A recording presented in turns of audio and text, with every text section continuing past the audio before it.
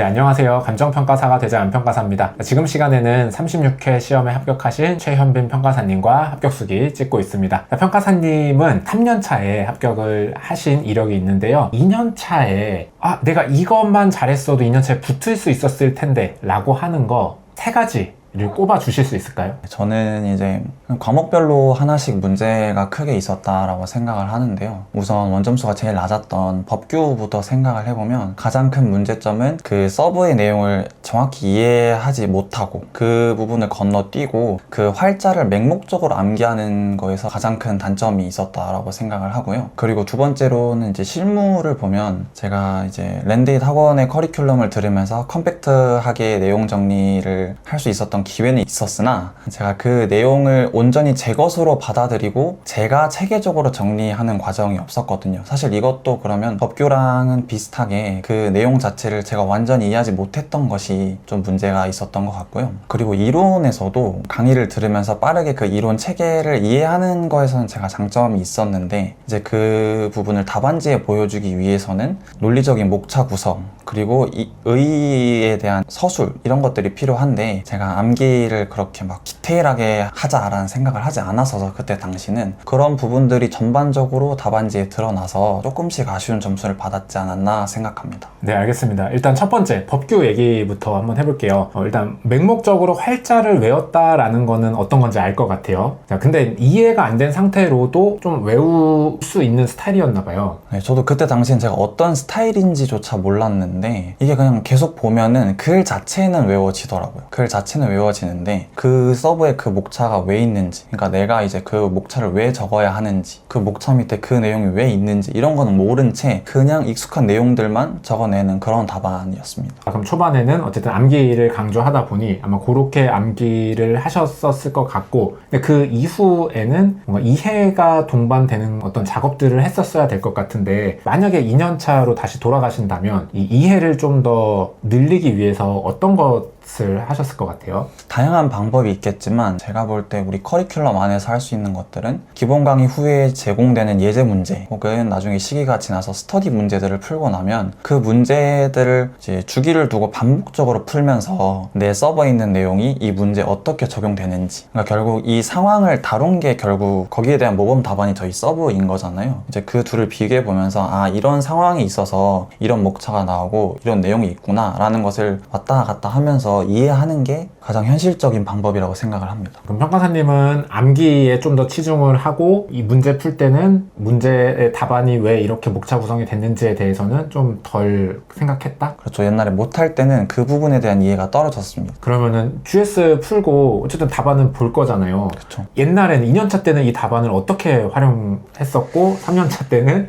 어떻게 활용했어요? 2년차 때는 사실 제가 온라인으로만 들었어서 문제를 풀고 토요일에는 뭘 안 했어요. 그냥 논 거죠. 그냥 놀고 이제 월요일에 그냥 이제 답안을 보면서 이게 이 논점이구나, 이걸 썼어야 하는구나, 어차피 뭐 서브 복붙하면 되는 거 아니야? 이러고 끝난 거죠. 그러니까 사실 피드백이라고 할 게 전혀 없었던 것이고, 그렇기 때문에 3년차 때는 제가 실강을 왔었는데 그때는 와서 이제 평가사님한테 첨삭도 받고 또 주변에 친해진 사람이랑 서브의 내용, 제 답안의 구성을 비교해 보다 보니까 되게 많은 것들이 느껴졌거든요. 서브의 내용이 이래서 이렇게 있구나, 근데 상황에 따라서는 이걸 뺄 수도 있고 저걸 추가해 볼 수도 있구나, 이런 과정들을 거치면서 그렇게 이해를 좀 높였던 것 같습니다. 그러면 요약하면 2년차 때는 이 논점 썼어야 되는구나 하고 끝났다면 3년차 때는 그 답안의 목차 하나하나가 어떻게 나온 건지를 깊게 고민했다? 그렇죠. 네, 알겠습니다. 자, 그 다음에 실무 얘기해 보도록 하겠습니다. 실무 아까 얘기해 주실 때 내용을 완전히 소화하지 못했다 라고 했는데 좀 더 구체적으로 얘기해 주실 수 있나요? 이런 것들이 사실 좀 되게 종합적인 표현인데 좀 구체적으로 보면, 예를 들어 3방식을 풀 때는 일단 3방식에 대한 목차는 너무나 편하게 제 몸에서 나와야 하거든요. 근데 이제 1, 2년차 때는 그 목차조차 가끔은 디테일한 부분이 헷갈리거나 그럴 때가 있었고, 이제 보상 같은 경우는 법령에 근거해서 구체적인 방법이나 뭐 근거 법령들을 적어야 하는 것들이 되게 잘 정리되어 있는데 그 부분들도 온전히 암기가 되어 있지 않았기 때문에 어떤 문제를 풀더라도 조금씩 불안하고 조금씩 허술하고 그랬던 상황이었던 것이죠. 그렇게 해서 시험장에 들어갔기 때문에 답안에서 조금씩 아쉬운 부분들이 남을 수밖에 없었다, 저는 그렇게 생각합니다. 그러면은 이 암기에 대한 얘기인가요? 그 내용들이 다 내 머릿속에 정리되어 있지 않았다? 이런 걸까요? 그런 것 같습니다. 일단 기본적으로 공부를 한다는 것은 내가 그 내용을 이해하고 그리고 답안지에 쓰기 위해서 암기를 한다고 생각을 하는데, 극단적인 경우에는 이해가 온전히 되지 않아도 활자나 목차의 순서 정도는 외울 수 있다고 생각합니다. 그런데 이 부분이 암기가 약하게 되면 이제 본인이 이해가 얼마나 낮은지 여실히 드러나게 되거든요. 그러니까 저는 이제 그 부분들을 막 촘촘한 암기로 그때 커버를 하지 못했기 때문에 이제 아쉬운 답안지를 썼던 것 같습니다. 오히려 법규는 암기만 해서 문제가 됐고 실무는 촘촘하게 암기를 덜 해서 문제가 됐다, 이렇게 볼 수 있겠네요. 그럼 아까 이론도 암기가 좀 덜 됐다라고 얘기를 해주셨는데 어떻게 실무랑 비슷한 맥락인가요? 실무랑 좀 비슷한 맥락인 것 같은데요. 이론은 뭐 제가 원래 뭐 글을 읽고 어떤 이론을 이해하는 거에는 익숙해서 좀 약간 방심한 면도 있고 실제로 좀 이해도 잘 하는 편이긴 했습니다. 근데 문제는 답안지에서도 내가 이론 체계에 대한 이해가 있고 용어를 정확히 사용하고 의의를 정확히 적어주고 이런 부분을 통해서 제 엣지를 드러내야 되는데, 답안지에 쓸 때는 의의가 대충 이런 느낌이에요, 이런 식으로 적는 답안지를 하다 보니까 뭐 스터디 때도 감점을 당하게 되고 아마 시험 점수도 조금은 아쉽지 않았나 그렇게 생각합니다. 그러면 이제 3년차 돼서는 의도 꼼꼼하게 외우고 또 뭐 또 꼼꼼하게 외우셨나요? 일단 이론을 살펴보면 그 어정민 평가사님의 의의 노트 500이라는 게 있었거든. 저도 3년차 때 그때 처음 접했는데 거기에 결국 저희가 모아서 써야 하는 의의들을 다 정리를 해주셨더라고요. 그래서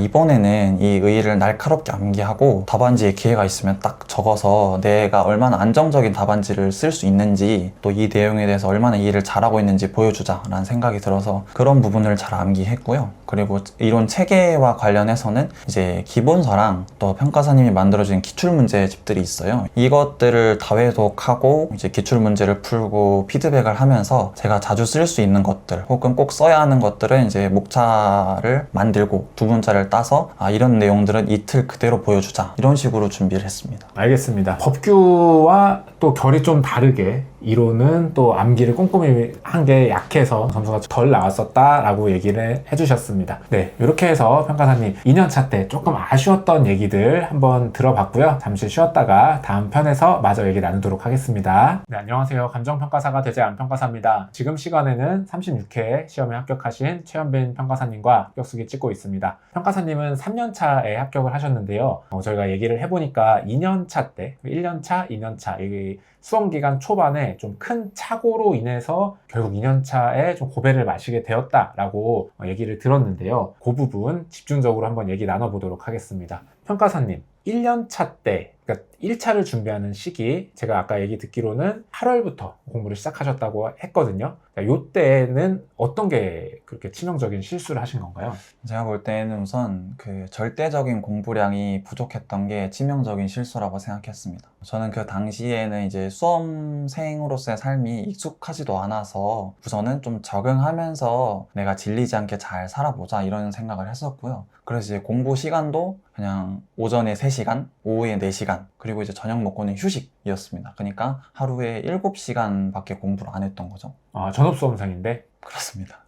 그럼 나머지 시간에 뭐 하셨어요? 그냥 뭐 나 공부했으니까 이제 좀 쉬자, 그냥 쉬면서 어차피 오래 할 거니까 쉬면 되지 않을까, 이런 생각을 했었습니다. 알겠습니다. 약간 대학생 공부하듯이 요즘 이제 대학생분들 열심히 공부하시지만 그 옛날에 저희 때 대학생 공부하듯이 공부를 하셨던 것 같네요. 이 시험을 그렇게 준비해도 괜찮다고 생각을 하셨었나 봐요. 그렇죠. 일단 저는 이 시험에 대해 아는 것도 별로 없었고 그냥 대학교에서 제공해주는 진로 검사에서 추천 직업으로 감정평가사를 보았고 이제 그 하는 일이나 공부 과목들이 하면 재밌겠다라고 생각을 했었기 때문에 이 시험이 얼마나 어려운지 또 지금 수험생이 얼마나 많은지 이런 거는 전혀 모른 채로 온라인으로 강의를 들었었습니다. 그렇군요. 지금 생각해 보시면 그때 그 1급시간 공부를 한 거는 어떤 것 같습니까? 저는 그냥 뭐 터무니없다라고 생각을 합니다. 그 정도면은 공부를 그냥 거의 취미로 하는 느낌이라고 생각을 하고, 저는 뭐 불행인지 다행인지 그때는 거의 1차가 높은 비중으로 공부를 했기 때문에 그 공부량에서도 1차를 통과할 수 있었을지 모르겠지만 결과적으로 2차가 떨어지게 된 것은 그때부터 시작했던 그 절대적인 공부량이 부족한 점이 큰 페인이었다고 생각을 합니다. 공부를 좀 이제 본격적으로 했다 했을 때는 수능 공부 시간으로 몇 시간 정도 하셨어요?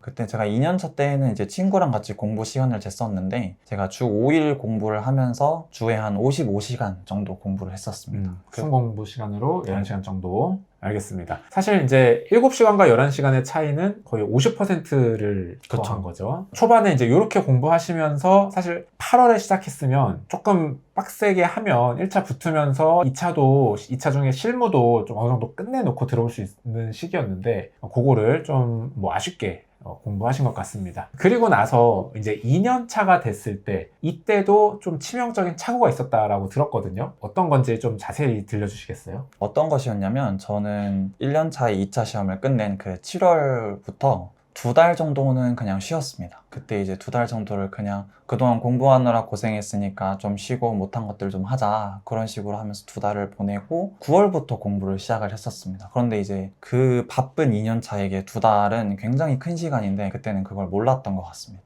그럼 혹시 내가 합격할 수도 있겠다라고 생각하면서 2달을 기다리신 건가요?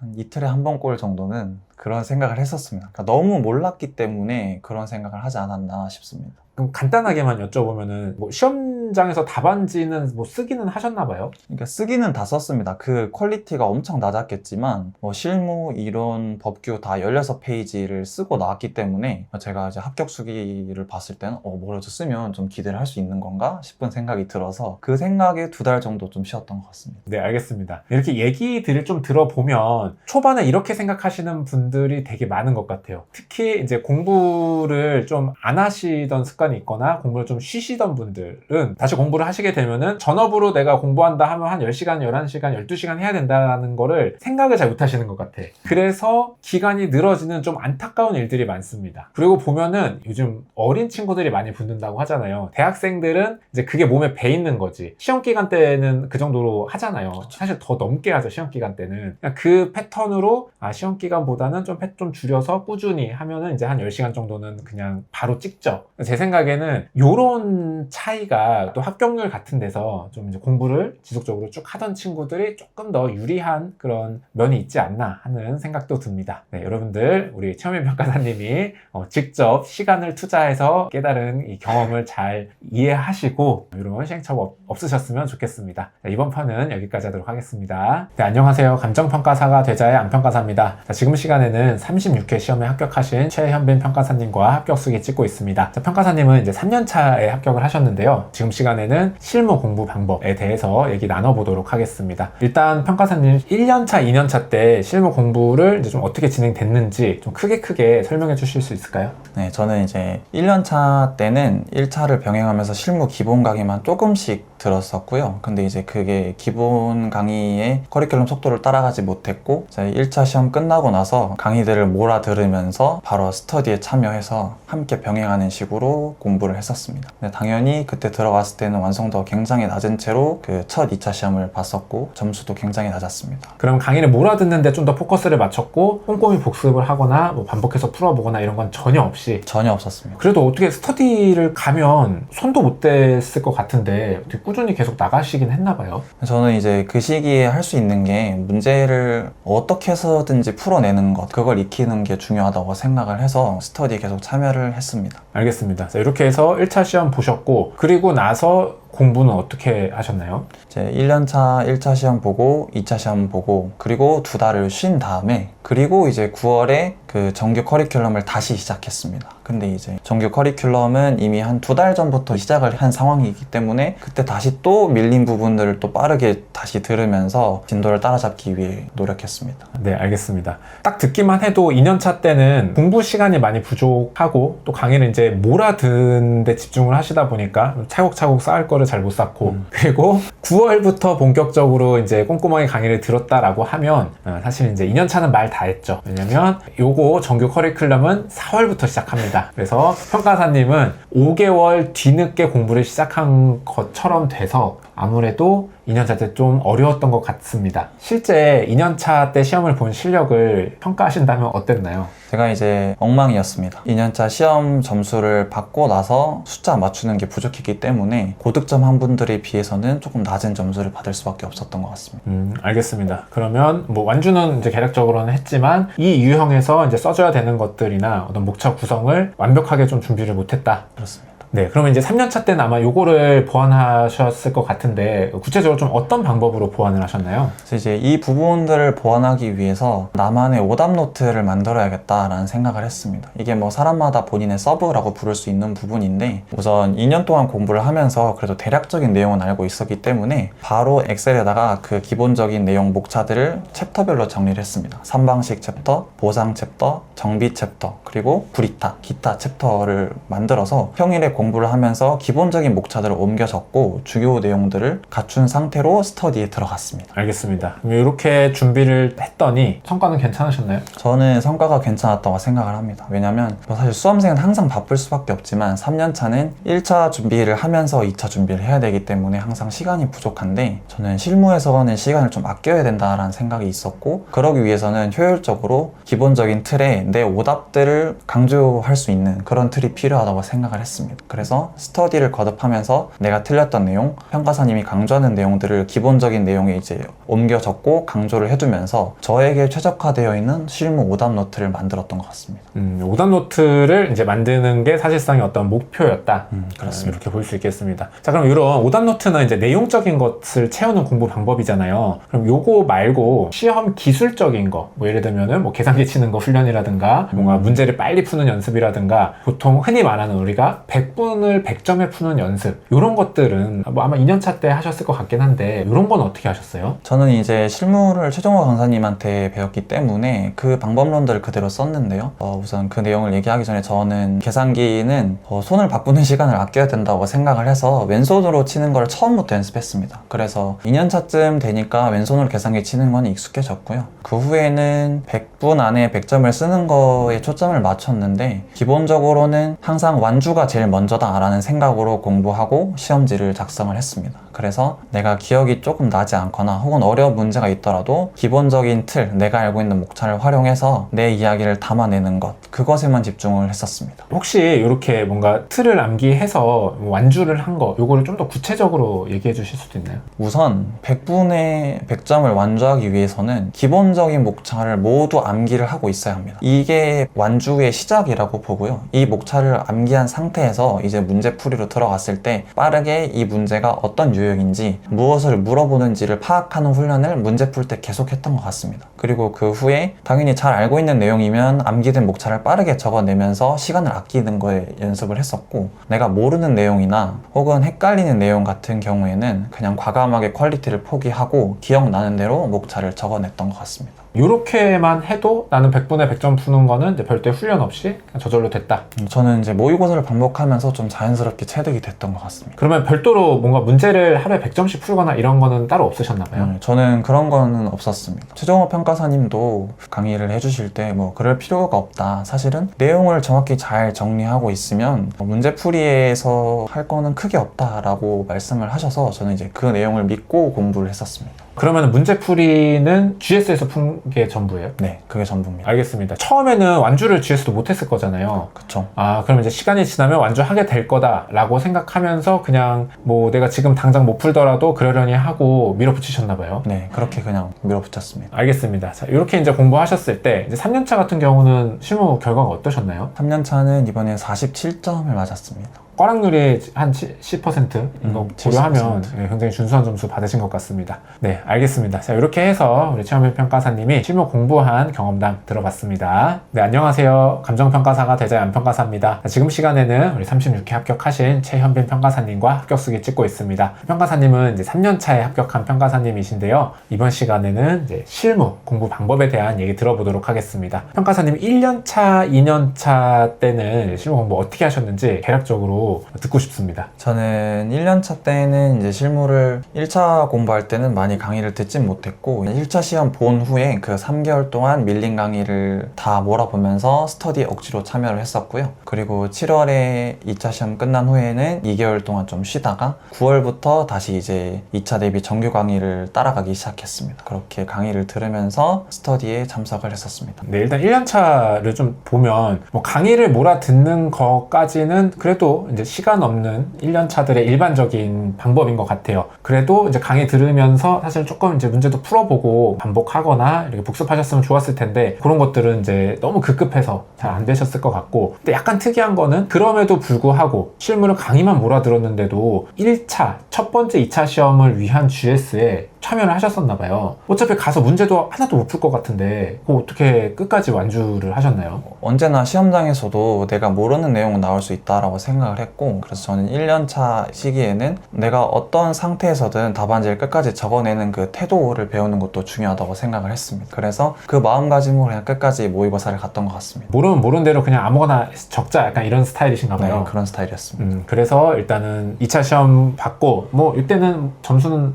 그때는 꽈락이었습니다. 알겠습니다. 그리고 나서 2달을 쉬고 9월부터 본격적으로 공부를 시작했다. 근데 이때는 그럼 기본 강의를 꼼꼼하게 다시 들으셨나요? 그렇습니다. 근데 그때도 사실 제가 시작이 늦은 상태였기 때문에 좀 바쁘긴 했지만 그래도 그 전에 빠르게라도 들어본 내용이었고, 또 그때는 2차 공부만 할 수 있었기 때문에 기본 강의를 좀 따라가면서 내용 정리를 할 수 있었던 것 같습니다. 알겠습니다. 얘기를 들어보면은 사실 2년차 때 공부를 본격적으로 시작하신 게 너무 늦은 것 같아요. 왜냐면은 이게 4월부터 정규 커리큘럼 시작되는데, 물론 이제 한번 빠르게 들었다고는 하지만 9월부터 다시 꼼꼼하게 내용을 봤다라고 하면은 날짜로만 보면은 다른 분들보다 5개월을 늦게 시작하신 셈이기 때문에 이 공부량의 차이가 좀 어쩔 수 없이 있지 않았을까라는 생각이 듭니다. 근데 사실 제가 듣기에는 이렇게 공부량이 부족했음에도 불구하고 2년차 때 한 평균 1점 차이로 좀 아슬아슬하게 떨어졌다고 얘기를 들었는데요. 이렇게 공부량이 굉장히 부족한 상태에서도 나름의 또 성과를 낼 수 있었던 그런 좀 포인트들을 공유해 주실 수 있을까요?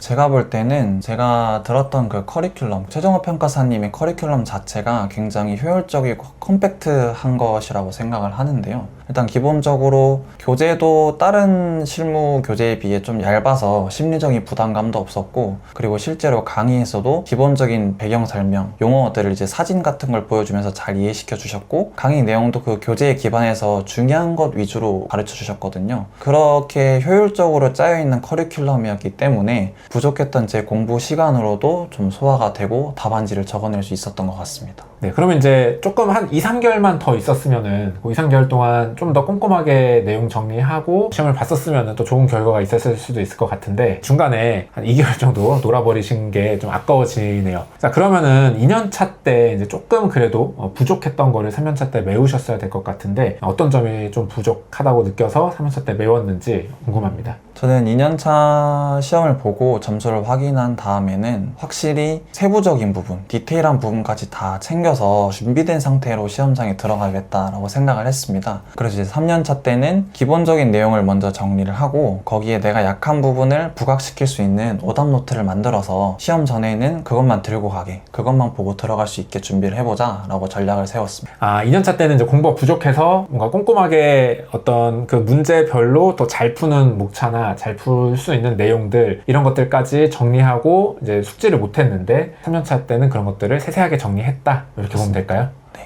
알겠습니다. 이 영상을 보시는 분들도 기본적인 공부가 이제 전체적인 범위의 숙지가 끝나면 하나하나 내용들마다 좀 정밀 타격을 하는 그런 느낌으로 이 문제에 고득점을 할 수 있는 목차들, 그리고 이 문제에 고득점을 할 수 있는 내용들까지 꼼꼼하게 잘 정리를 하셔서 고득점을 받을 수 있을 때는 고득점을 받는 식으로 공부를 해나가시면 좋을 것 같습니다. 근데 얘기를 들어보니까 평가사님은 보통의 분들이 어려워하는 실무 완주에 대한 얘기를 안 하셨는데 완주에 대해서는 별로 고민스러우신 적은 없었나요?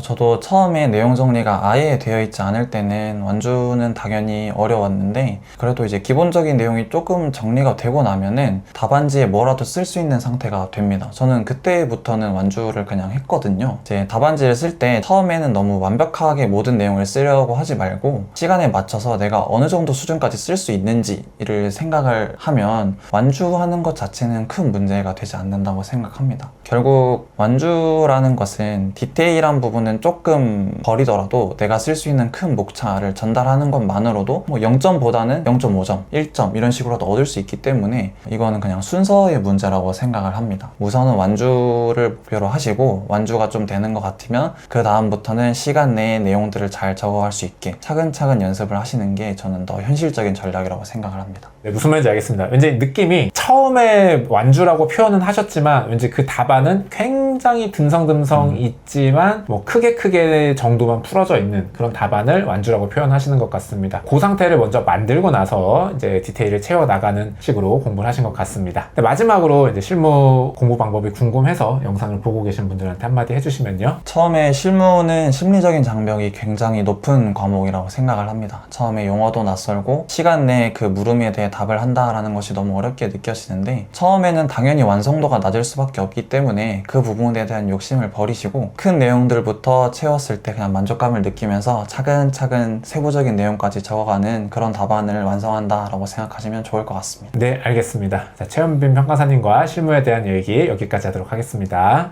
네, 안녕하세요. 감정평가사가 되지 않은 평가사입니다. 자, 지금 시간에는 36회 시험에 합격하신 최현빈 평가사님과 합격수기 찍고 있습니다. 평가사님과 이론 공부 방법 얘기를 좀 나눠보고 싶은데요. 먼저 평가사님, 1년차, 2년차, 3년차에 이론 공부 어떻게 하셨는지 좀 개략적으로 궁금합니다. 저는 이제 2년차까지는 김하인 평가사님의 커리큘럼으로 이론 준비를 했고요. 그리고 3년차 때는 어정민 평가사님의 커리큘럼 GS 스터디를 통해서 이론 준비를 했었습니다. 네, 2년차 때와 3년차 때는 점수는 다 괜찮게 나오셨나요? 네, 저는 35회 때는 55점, 36회 때는 53점을 받았습니다. 네, 이론 점수는 다 합격자 좀 평균 이상 정도로 굉장히 높게 잘 받으셨는데요. 어떤 공부 방법이 있었는지 좀 한번 여쭤보도록 하겠습니다. 먼저 좀 궁금한 게 이제 김하인 평가사님과 어정민 평가사님을 둘 다 들었잖아요. 평가사님이 느끼기에 이 두 평가사님은 어떤 특징들이 있고 어떤 좀 장점들이 있는지 궁금합니다. 네, 저는 두 평가사님의 특징과 장점이 조금씩 다르다라고 생각을 하는데요. 우선 제가 2년차까지 함께 들었던 김하인 평가사님 같은 경우는 교재와 커리큘럼이 굉장히 컴팩트하고 좀 효율적이다라는 인상을 받았었습니다. 실제로 다른 이론 기본서에 비해 또 교재가 얇기도 했었고, 그 내용도 마치 서브노트, 합격자의 서브노트를 내가 보는 것처럼 보고 그에 기반해서 강의를 들었기 때문에 그 이론 체계를 전반적으로 조망하는 데 있어서 굉장히 효율적인 접근이 있었다고 생각을 합니다. 그리고 이제 각 챕터별로 그 챕터에 맞는 기출 문제를 바로바로 볼 수 있었기 때문에 이런 내용이 기출 문제에서는 이렇게 연결이 되는구나, 그럼 이렇게 답안을 쓰고 이렇게 연결이 될 수 있겠구나, 그런 부분을 빠르게 느낄 수 있었던 커리큘럼이었다고 생각을 합니다. 그래서 아까 얘기 듣기로는 9월부터 본격적으로 이 공부를 시작하셨음에도 그 다음에 7월에서 이렇게 높은 점수를 받을 수 있었던 것 같습니다. 김하인 평가사님이 강조하는 내용들은 어떤 것들이에요? 김하인 평가사님은 우선 기본적인 내용을 좀 빠르게 익히고, 또 기출에서 자주 나오는 내용들은 목차를 두 문자를 통해서 암기를 해서 기본적인 답안을 먼저 작성을 하자, 그걸 먼저 작성을 하고 이제 구체적인 내용들은 꾸준히 채워나가면서 답안의 그런 완성도를 높이자라는 부분을 좀 강조하셨던 것 같습니다. 알겠습니다. 그럼 또 반대로 어정민 평가사님의 특징도 궁금합니다. 어정민 평가사님 같은 경우는 제가 느끼기엔 좀 절대적인 양을 조금 더 요구를 하셨었는데요. 이론이 사실은 다들 좀 전략적으로 시간을 많이 안 들이려는 경향이 있는데, 오히려 이론의 시간을 충분히 투입을 해서 특정 수준 이상으로 올려놓으면 안정적으로 점수를 기대할 수 있는 과목이다 라고 얘기를 많이 하셨습니다. 근데 실제로 그 커리큘럼을 따라보고 그렇게 공부를 해보니 그 말이 맞다라는 것을 여실히 느낄 수 있었는데요. 기본적으로는 기본서 그리고 기출문제에 대한 정확한 분석과 반복적인 습득을 통해서 어떤 상황에서든 안정적으로 답안을 적어낼 수 있는 것들을 강조하는 그런 커리큘럼이었다고 생각합니다. 공부량을 많이 요구한다라고 했는데 어떤 부분에서 김하인 평가사님보다 좀 더 많은 공부량을 요구하나요? 기본적으로는 기본서를 회독을 하는 부분, 혹은 기출문제를 분석하는 부분, 또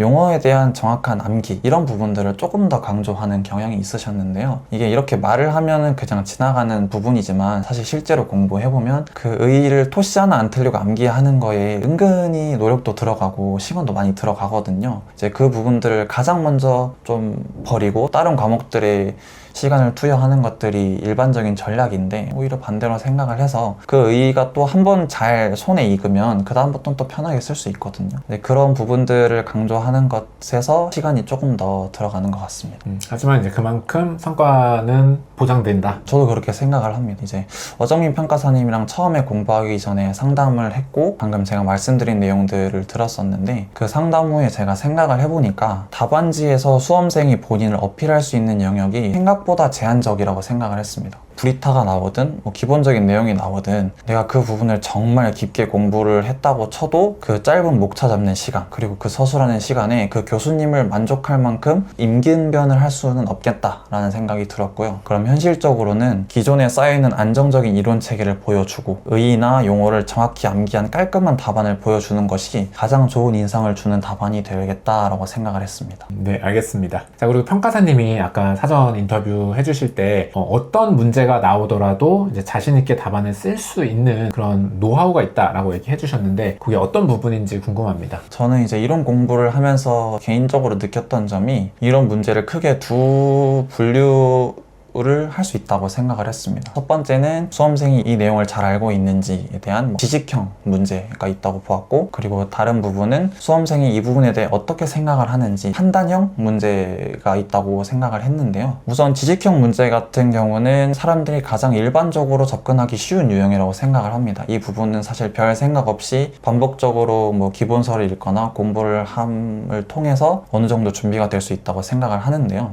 근데 이제 사람들이 흔히 무서워하는 뭐 브리타라든가 뭔가 점수가 예상이 되지 않는 것들은 판단형의 문제라고 생각을 했습니다. 이제 이 부분에 대해서 흔히 얘기를 하는 건 뭐 그냥 운이다. 어떤 사람의 배경이나 아니면 그 사람이 어디를 얼마나 공부했느냐에 따라서 그 점수를 얻거나 얻지 못할 수밖에 없다라고 생각을 했는데, 저는 그 부분에 대해서 조금 다른 생각이 있었습니다. 판단이라고 해도 아까 처음에 말씀드린 것처럼 그 짧은 시간 안에 임기응변만으로는 사람들의 편차가 크지 않다고 생각을 했습니다. 그러면 수험생으로서 현실적으로 할 수 있는 전략은 그런 판단형 문제에서도 그 내용과 관련되어 있는 기존의 이론 체계를 일목요연하게 보여주고 그 논의를 할 때 필요한 의의나 용어들을 정확히 적어주고 그 다음에 내 판단을 앞에 서술한 내용에 기반해서 논리적으로 보여주면 저는 그것만으로도 충분히 안정적인 답안을 낼 수 있다고 생각을 했습니다. 평가사님 실제 점수랑 비교했을 때는 어땠어요? 실제 점수도 35회 때도 55점, 36회 때도 53점 정도였기 때문에 제가 생각했던 대로 안정적인 점수를 받았던 것 같습니다. 네, 알겠습니다. 이렇게 해서 평가사님이 어떤 문제가 나와도 두렵지 않게, 그리고 절대 낮지 않은 점수인 것 같아요. 높은 점... 네, 안녕하세요. 감정평가사가 되자 안평가사입니다. 지금 시간에는 36회 감정평가사 시험에 합격하신 최현빈 평가사님과 합격수기 찍고 있습니다. 자, 평가사님이 이제 2년차에 평균 1점 차이로 아슬아슬하게 떨어졌는데요. 자, 이때 좀 법규가 발목을 잡았다라고 합니다. 자, 평가사님이 2년차에 어떤 시행착오를 겪었고 3년차에 어떻게 극복하셨는지 한번 얘기 나눠보도록 하겠습니다. 일단 2년차 때 뭐 앞에서도 얘기를 했지만 9월부터 본격적으로 강의를 듣기 시작해서 사실상 이제 공부량은 좀 부족하셨던 것 같기는 해요. 자, 그럼에도 불구하고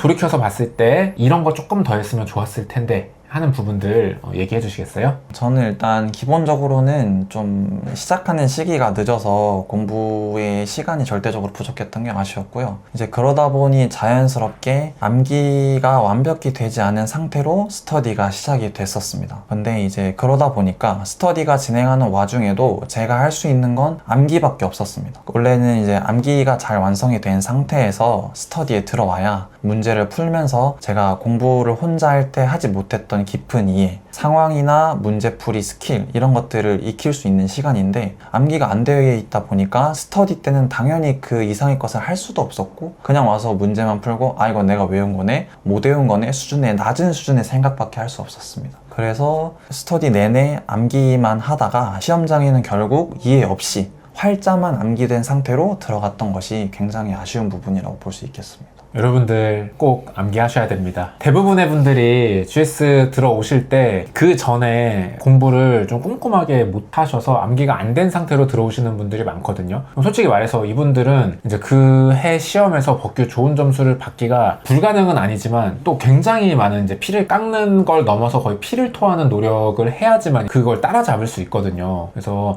요 영상을 좀 보시는 분들이 있다면 초반에 4월달부터 제가 이제 암기 강조하면서 숙제도 많이 내드리잖아요. 그 부분을 꼭 신경 쓰셔서 해주시면 좋을 것 같습니다. 안 그러면 자, 이런 사태가 벌어지는 게 부지기수입니다. 자, 어쨌든 뭐 알겠습니다. 그러면은 2년차 때 내가 암기만 하고 시험장 가서 법규 때문에 좀 아쉽게 이제 떨어졌습니다. 그리고 나서 3년차 때는 그럼 이제 암기 이상의 것을 해야 되겠다라고 생각을 하셨을 텐데 요거는 어떤 식으로 접근하셨나요? 이제 시험 점수를 받고 평가사님과 상담을 하고 그 후에 생각을 해보았을 때 이 시험도, 법규 시험도 결국에는 어떤 법리적인 판단을 요구하는 그런 기본적인 내용이 있다라는 것을 느꼈습니다. 그래서 그 후에 서브를 봤을 때는 이 서브가 그냥 어떤 교과서의 내용을 그냥 잘 정리해 놓은 수준이 아니라 특정 논점, 특정 상황에서 가장 일반적이고 모범적인 답안, 어떠한 서술을 정리해 놓은 것일 뿐이구나 라는 생각을 했고, 그 이후에는 그 서브의 내용을 볼 때도 단순히 글을 외우는 것이 아니라 이 서브가 어떤 상황에 적용이 되고 여기에 대해서 어떻게 법리적으로 설명을 하기 위해 짜여져 있구나 라는 것들을 계속 생각하면서 공부를 했던 것 같습니다. 내용을 보면서도 이제 얘가 이렇게 활용이 될 거야, 얘가 이런 데서 쓰여야 되는 내용이구나, 이런 거를 계속 판단하셨던 것 같습니다. 그리고 또 아까 얘기해 주실 때 GS를 풀고 나서 답안을 활용하는 것도 2년차와 3년차가 달랐다고 했는데 그 얘기도 조금 해주실 수 있나요? 2년차 때에는 이제 암기가 되어 있지도 않고 온라인으로 혼자 집에서 공부를 하다 보니 그냥 답안을 보아도 이걸 내가 외웠네? 이건 외우지 못했네? 수준밖에 하지 못했습니다. 사실 이거는 분석이라기보다는 그냥 단순히 뭐 정답 오답 체크밖에 할 수 없는 것이고, 근데 우리는 모의고사를 이것 이상으로 활용을 잘 해야 됩니다. 제가 그걸 했던 것이 3년차라고 생각을 하는데, 3년차 때는 이제 암기가 어느 정도 되어 있기 때문에 그 내용을 적었는지는 당연히 체크가 이미 쓰면서 되는 부분이고, 그 후에 채점을 할 때는 내가 이 내용을 이렇게 적었는데 이 부분이 아쉬웠네, 이런 키워드를 넣지 못했네, 혹은 이 문제는 이걸 물어봤는데 나는 왜 목차를 이렇게 구성했지? 서브는 왜 이렇게 되어 있지? 같은 것들을 분석하면서 이 상황에는 다음에 서브 내용의 앞에 관련한 행동작용의 의의나 아니면 그 밑에 사안의 경우를 더 포섭을 구체적으로 해줄 수 있겠구나 라고 생각을 하면서 서브와 제 답안을 조금 더 구체적으로, 조금 더 법리적인 시각에서 보려고 노력을 했던 것 같습니다. 단순 암기를 떠나서 이제 답안을 꼼꼼히 분석했다, 하나하나 분석했다, 이렇게 이해할 수 있겠습니다. 알겠습니다. 혹시 이제 법규를 공부하시는 여러분들도 단순히 이제 암기를 또 어느 정도 빨리 끝내시고 이제 그 다음에 해야 될 공부를 찾을 때 이런 평가사님의 방향성을 참고해 보시면 도움이 될 것 같습니다. 마지막으로 그러면 법규 공부 방법에 관심 많으신 수험생분들에게 해주고 싶은 얘기가 있다면요? 저는 이제 학부 때도 법 관련 수업을 전혀 듣지 않아서 완전 노베이스였는데요. 그래서 처음에는 내용 이해하는 것도 좀 낯설고 답안을 작성하는 방식도 전혀 몰랐었습니다. 근데 이제 랜드잇 같은 경우는 일단 기본적인 내용, 인출되는 내용을 잘 정리해서 먼저 외우고 그걸 이제 문제를 풀면서 익히고 또 거기에 대해서 구체적인 내용을 좀 이해하는 식의 커리큘럼으로 갖춰져 있다고 생각을 하는데요. 이 부분을 온전히 이해하는 게 정말 중요하다고 생각을 합니다. 초반에 암기를 강조한다고 해서 시험 통과를 위해 암기만으로 되는 건 전혀 아니거든요. 그 뒤에 다양한 문제를 풀고 이 상황에 대한 이해를 높이기 위해서 처음에 암기가 잘 되어 있어야 합니다. 그렇기 때문에 마음이 급하다고 커리큘럼을 마음대로 사용하지 마시고 그 제공되어 있는 커리큘럼을 착실히 따라오면서 스터디 전에 암기를 꼭 완성해서 들어오시길 바랍니다. 혹여나 완성하지 못했다고 해도 최대한 빠르게 암기를 하시고 그 다음에 문제풀이를 다양하게 가져가면서 서브와 관련된 상황에 대한 이해를 높여가셨으면 좋겠습니다. 네, 알겠습니다. 평가사님이 직접 시간을 투자해서 얻어낸 노하우들 여러분들에게 도움이 되셨으면 좋겠습니다. 자, 법규편은 여기까지 하도록 하겠습니다. 안녕하세요. 감정평가사가 되자 안평가사입니다. 자, 지금 시간에는 36회 시험에 합격하신 최현빈 평가사님과 합격수기 찍고 있습니다. 평가사님은 3년차로 합격을 하셨는데요. 2년차는 온라인 GS를 참여하셨고 3년차는 실강 GS를 참여하셨잖아요. 이 두 개를 이제 직접적으로 좀 다 경험하신 그런 어떤 소감, 장단점 이런 것들에 대해 궁금합니다. 우선 온라인 GS 같은 경우는 그 수험 생활 전반을 온전히 제 페이스대로, 제 계획대로 좀 이끌어갈 수 있다라는 장점이 있는 것 같은데요. 저도 그런 장점 때문에 인강 GS를 선택하긴 했었습니다. 근데 이제 단점은 본인이 무언가를 잘못하고 있을 때도 그 잘못을 쉽게 알아내기가 어렵습니다. 그런 리스크가 있는 것 같고, 예를 들면 본인의 공부 시간이 부족하거나 혹은 공부하는 방향이 잘못되어 있거나 그런 부분들을 실강 GS가 있으면 답안을 첨삭하면서도 혹은 이제 주변 스터디원들과 얘기를 하면서 좀 점검을 할 수 있는데 온라인에서는 그런 기회가 제공되지 않는 것이 조금 위험성이 있다고 봅니다. 그럼 반대로 이제 실강을 와보셨더니 이런 것들이 어떻게 해결이 되었나요? 우선 실강을 와서 이제 공부를 하다 보면 조금씩 친해진 사람이 있을 수도 있는데요. 그때 이제 당연히 대화를 하다 보면 굉장히 다들 공부를 열심히 하고 있구나. 다들 공부량이 많구나 라는 걸 느끼게 됩니다. 그래서 굳이 스스로 채찍질하지 않아도 최소한 이 정도는 해야, 혹은 이 정도의 공부량은 가져가야 시험장에서 경쟁력이 있겠구나 라는 걸 느낄 수 있고요. 그리고 이제 시험의 그런 내용이나 방향에 대해서도 평가사님께서 직접 답안 첨삭을 해주시기도 하고, 또 주변의 스터디원들과 답안에 대한 이야기를 나누면서 내용에 대한 이해, 답안 작성 방법, 시험장에서의 대처 같은 것들을 나누면서 조금 더 성장할 수 있는 계기가 됐던 것 같습니다. 알겠습니다. 그럼 평가사님, 이렇게 돌이켜보면 평가사님은 사실 왕복 거리가 꽤 멀었잖아요. 그렇죠. 편도로 어느 정도 걸리셨었어요? 편도로 넉넉하게 2시간 정도 대중교통으로 잡았습니다. 거의 KTX 기준으로는 한 대전 이하 정도. 어떠세요? 돌이켜본다면 그래도 이거를 감수하고서라도 실강을 갔었을 것 같은지, 아니면은 그래도 온라인으로 한번 좀 다시 트라이를 했었을 것 같은지 어떠세요? 저는 무조건 오는 걸 선택을 할 것 같습니다. 사실 저도 공부 시작하기 전에 본 합격 수기 중에서 3년차에 붙으신 분들 중에 직접 개별 스터디를 하거나 실강 스터디를 참석했을 때 정말 효과가 좋았다라는 수기를 봤습니다. 봤음에도 불구하고 2년까지는 계속 온라인으로 했었거든요. 그런데 3년차 때 직접 그냥 와서 여기 몸으로 느껴보니까 실강에서 와서 얻을 수 있는 것들이 너무 많다고 생각합니다. 사실 저희는 시험이 1년에 한 번 있기 때문에 방향을 잘못 설정한 거에 대한 대가가 너무 크다고 생각을 합니다. 그래서 항상 일주일, 한 달은 그 정도에 한 번 정도는 내가 맞은 방향으로 가고 있는지 점검하는 게 필요하다고 생각을 하는데, 카톡이나 전화로 하기에는 다뤄야 하는 내용들이 너무 다양해서 좀 한계가 있다고 생각을 합니다. 저는 그래서 가능하다면 실강을 참석하는 것이 합격에 유리한 방법이라고 생각을 합니다. 네, 알겠습니다. 평가사님이 두 개를 다 경험한 사람으로서 해주신 얘기들 여러분들에게 많은 도움이 되었으면 좋겠습니다. 여기까지 하도록 하겠습니다. 네, 안녕하세요. 감정평가사가 되지 않은 평가사입니다. 자, 지금 시간에는 36회 시험에 합격하신 최현빈 평가사님과 합격수기 찍고 있습니다. 평가사님은 올해 3년차로 붙으셨기 때문에 그 1차와 2차를 병행해서 이제 공부를 하셨어요. 네, 이제 3년차 되신 분들은 요 1, 2차 병행이 조금 공포스러우실 거거든요. 그래서 실제 좀 어떻게 계획을 세우고 공부하셨는지 얘기 들어보고 싶습니다. 일단 크게 시험 발표 나서부터 공부 시작하셨죠? 네, 저는 시험 발표 나고 시험 전략을 수립하고 11월부터 바로 공부를 시작했습니다. 그러면은 1차는 언제부터 좀 몇 대 몇으로 시작하셨나요? 저는 11월에 공부를 다시 시작할 때부터 1차를 했고요. 11월, 12월에는 1차, 2차 비중을 3대 7, 그리고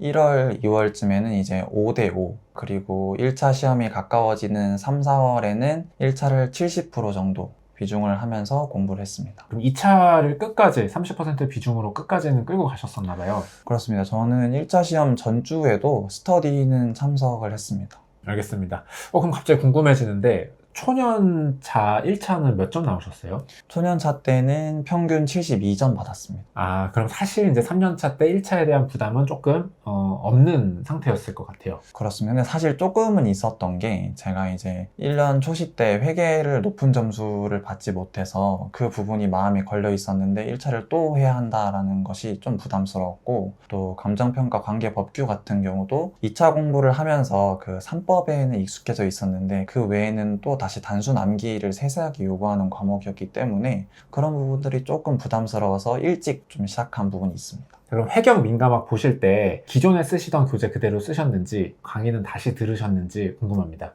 저는 1차 때 시간을 아껴야 해서 강의는 최대한 듣지 않는다라고 생각을 했고, 교재, 서브노트는 34회 때 다 쓰던 걸로 했습니다. 근데 이제 하나 예외는 회계학이 계속 좀 거슬렸고 내용 정리가 안 되는 부분들이 있어서 되게 찝찝했는데, 1차 시험 한 달 전에 랜드잇의 그 배용건 회계사님 스텝 7 강의를 들었었는데, 그 강의를 통해서 회계 이론에 대한 정리를 체계적으로 할 수 있었고, 또 서브노트도 잘 정리된 걸 제공을 해주셔서 그걸로 내용 정리를 잘하고 시험 마지막에 좀 마음 편히 들어갈 수 있었던 것 같습니다. 알겠습니다. 그럼 11월에 시작하면서 어떻게 좀 1차, 2차를 운영해 나가야겠다라고 생각을 하셨어요? 그러니까 실제로 하신 거 말고 처음에 나의 계획, 처음에 계획은 이제 11월, 12월에 사이즈가 큰 경제랑 회계를 끝내자. 최소한 기본서를 보면서 그 내용들을 모두 살려보자 라는 것이 목표였습니다. 하지만 이제 그게 계획처럼 쉽게 되지는 않았습니다. 그래서 계획대로 되지 않는다고 해서 너무 불안하실 필요는 없는 것 같고,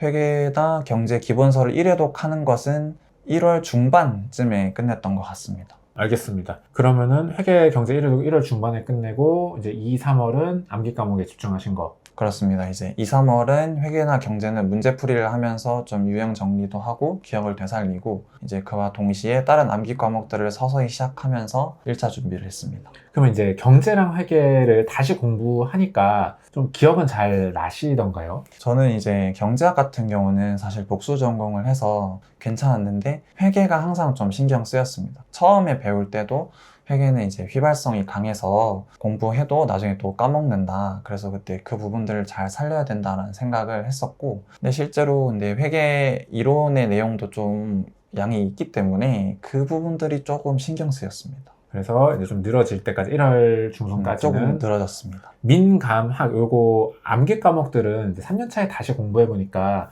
좀 어떠셨어요?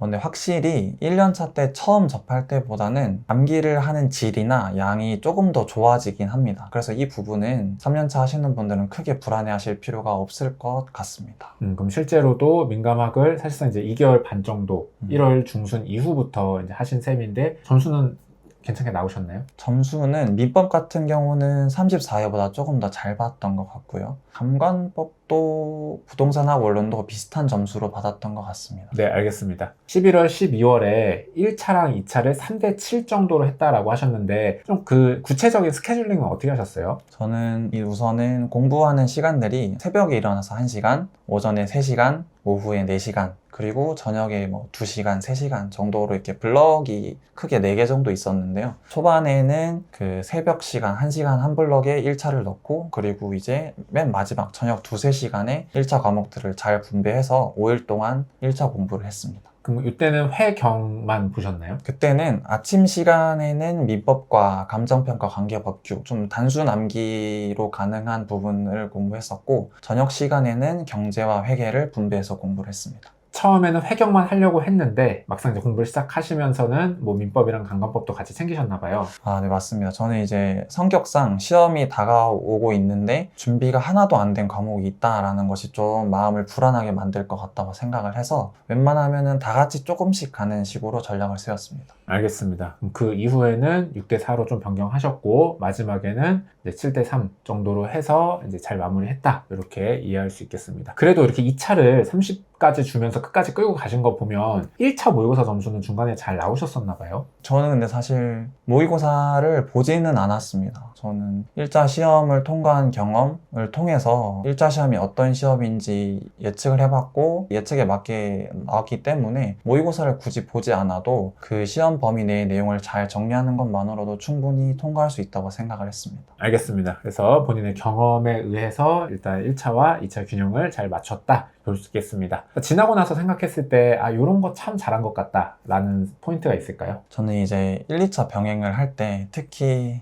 2차 시험을 끝까지 놓지 않는 것에 대해서 조금 불안감이 있었습니다. 왜냐면 이게 우리 시험의 딜레마기도 한데 3년차 때는 1차를 통과하지 못하면 2차를 볼 수 없고, 근데 2차를 붙지 못하면 공부를 계속해야 하는 이런 딜레마가 있어서 굉장히 불안했는데, 그 불안감을 이겨내고 2차 비중을 꾸준히 최소한이라도 유지한 것이 굉장히 잘한 것 같다라는 생각이 듭니다. 네, 알겠습니다. 혹시 또 이렇게 1차와 2차 병행을 준비하셔야 되는 분들에게 해주고 싶은 얘기가 있다면요? 아마 3년차 때 또 1, 2차를 병행하시는 분들이 있을 것 같은데요. 3년차가 됐다라는 것은 사실 1차를 통과한 경험이 한 번 있기 때문에 그때의 경험들을 믿으시고 조금 더 자신감 있게 1, 2차를 잘 병행을 해서 최고 효율로 통과를 하셨으면 좋겠습니다. 저 또한 이번에 1차는 고득점이 목표가 아니었고 최소한의 투입으로 점수를 만드는 것이 목표였는데 평균 점수도 34회에 비해서 딱 0.5점만 높았거든요. 제가 계획한 대로 잘 나온 것 같고 시험을 준비하시는 분들도 충분히 잘 그렇게 할 수 있다고 생각합니다. 네, 안녕하세요. 감정평가사가 되지 않은 평가사입니다. 지금 36회 감정평가사 시험에 합격하신 최현 최현빈 평가사님과 합격수기 찍고 있습니다. 최현빈 평가사님께서 이제 3년차 준비하실 때 회계 강의를 배용건 회계사님 회계를 들었는데 이게 굉장히 좋아서 그 후기에 대한 얘기를 좀 해주고 싶다고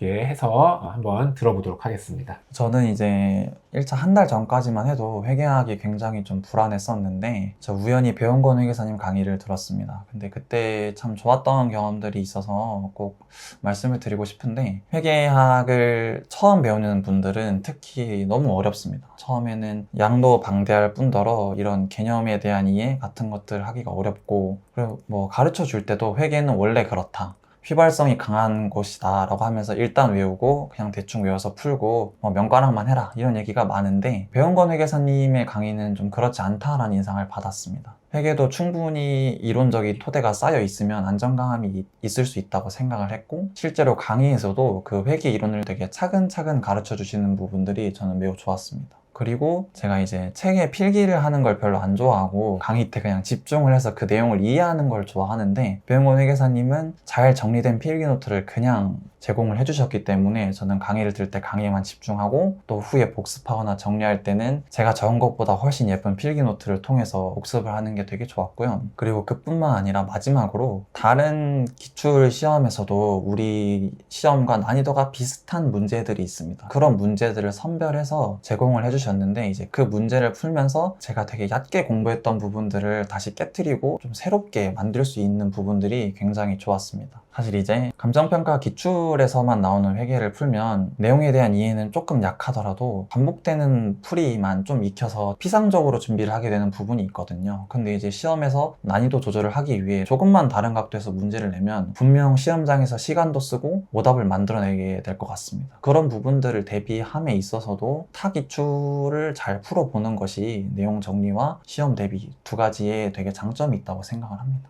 회계학을 되게 이해가 쉽게 가르쳐 주시면서도 필기할 시간도 아껴 주시고, 그리고 혹시라도 이제 피상적으로 암기를 할까봐 그거에 대한 방지 커리큘럼도 있고 이렇게 잘 준비를 해 주시는 것 같은데요. 근데 이렇게 들어보면 뭔가 회계 공부를 되게 많이 해야 될 것 같은 느낌도 좀 들거든요. 근데 배용건 회계사님 강의 실제로 어떻던가요? 저는 오히려 그 반대라서 강의가 되게 좋았고 선택을 했던 건데요. 회계 공부를 최대한 적게 하려면 처음에 배울 때 잘 이해하는 게 중요하다고 생각을 합니다. 근데 이제 강의하실 때 필기 노트를 기반으로 그 관련된 체계를 일목요연하게 보여주시기 때문에 그 내용을 통해서 이해가 되게 깊어졌었거든요. 이해를 잘 하고 나면은 그 뒤에는 이제 관련된 문제를 풀면서 내 이해가 맞는지 점검하고 반복되는 풀이 과정을 체득하는 그것만 남습니다. 그렇기 때문에 이 부분을 잘 분리해서 해내면 되게 무지성으로 문제를 많이 푸는 시간들을 줄일 수 있기 때문에 그 부분에서 장점이 있다고 생각을 합니다. 네, 알겠습니다. 마지막으로 이제 배용건 회계사님 회계 강의를 좀 고민하시는 수험생들에게 해주고 싶은 얘기는요? 처음에 공부를 시작하고 강의를 선택할 때 사람들이 많이 듣지 않는 것을 선택하는 것에 대한 두려움이 조금 있을 수 있다고 생각합니다. 하지만 저는 그거보다 중요한 것은 그 강의가 제공하는 내용, 커리큘럼의 효율성, 이런 것들이 중요하다고 생각을 하는데요. 제가 강의를 들으면서 배용건 회계사님 강의를 처음부터 들었으면 얼마나 좋았을까라는 아쉬움이 좀 있었습니다. 어차피 조금씩 유명해질 수 있는 그런 내실이 충분히 있는 강의라고 생각을 하기 때문에 맛보기 강의도 들어보시고 본인과 맞다면 두려움 없이 선택을 하셔도 충분히 만족할 만한 결과를 얻을 수 있다고 생각합니다. 네, 알겠습니다. 이렇게 해서 배용건 회계사님 강의 후기까지